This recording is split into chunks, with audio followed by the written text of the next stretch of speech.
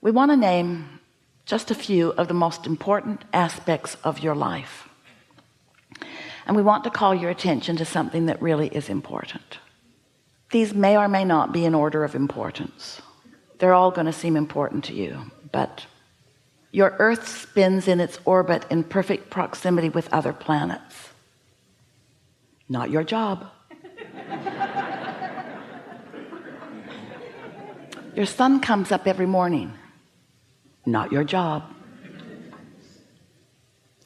The water of your planet moves around in a pattern that serves your planet in terms of balance and energy and food supply. Not your job. Didn't go with us on that one quite as well. Your blood pumps through your body while you sleep. Not your job. You're not as impressed with these things as we are.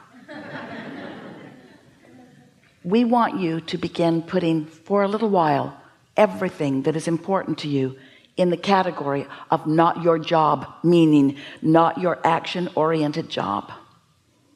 We want you to understand that there is a broader perspective that is moving things and keeping things in balance, and that the population of your planet is something that is tended to from non-physical consciousness perspective, that so much about what you are living here was set into motion even before you got here, and that there is a vibrational reality that you will call future experience that is underway, that you are contributing to on a daily basis by the sifting and sorting of the contrasts that you live. So just for a little while, we're not asking you to withdraw from life. We're not asking you to not have fun measuring yourself with others. We're not asking you to not enjoy the competitions that you find with each other. We're just asking you to put it in perspective.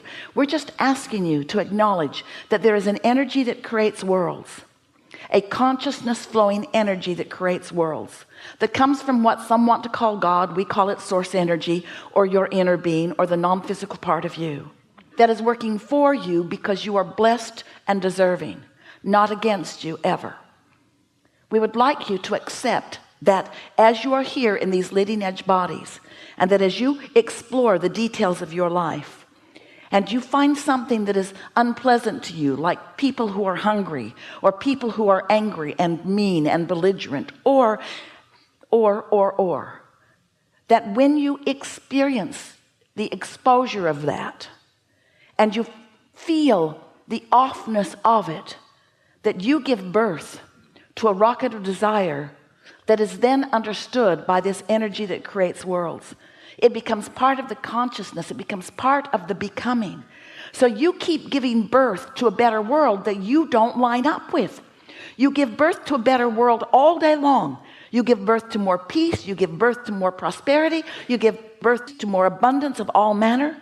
You give birth to all kinds of things by your exposure to it, through your personal exposure with one another and through the media or your televisions or whatever. You are exposed to so much that makes you do what you were born to do, decide and define what would be better. But then you don't go to what's better because you keep focusing upon the problem that you've been exposed to. We want you to step back just for a little while. Try it for a month. People say, what are you doing? Nothing. No, really, what are you doing today? I'm going to daydream. What? Yeah. I'm going to go sit by the lake or sit by the fireplace. I'm going to put my feet in the water. Aren't you going to go to work? Yeah, but I'm not going to focus like I usually do. I'm going to tap into my true power. Probably going to get fired. No, I have enough reserves going. I can go through the motions of what they need from me while I dominantly daydream. I can daydream at night. I can daydream on the way to work. I can daydream on my lunch hour. I can daydream. My mind can wander into the good things of life. I can predominantly daydream. What are you doing? Nothing.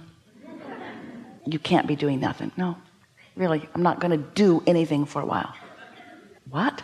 I'm not going to do anything for a while. Nothing? Hardly. I'll probably get dressed. Take an occasional shower. I'll eat. And I'll show up. but I'll be different because I'm showing up in my wholeness. I'm showing up in my expecting good things to come to me. I'm showing up expecting inspiration to come to me in such a timely way that I can shoot a basket from mid-court and on a buzzer beater win the championship. I can do that.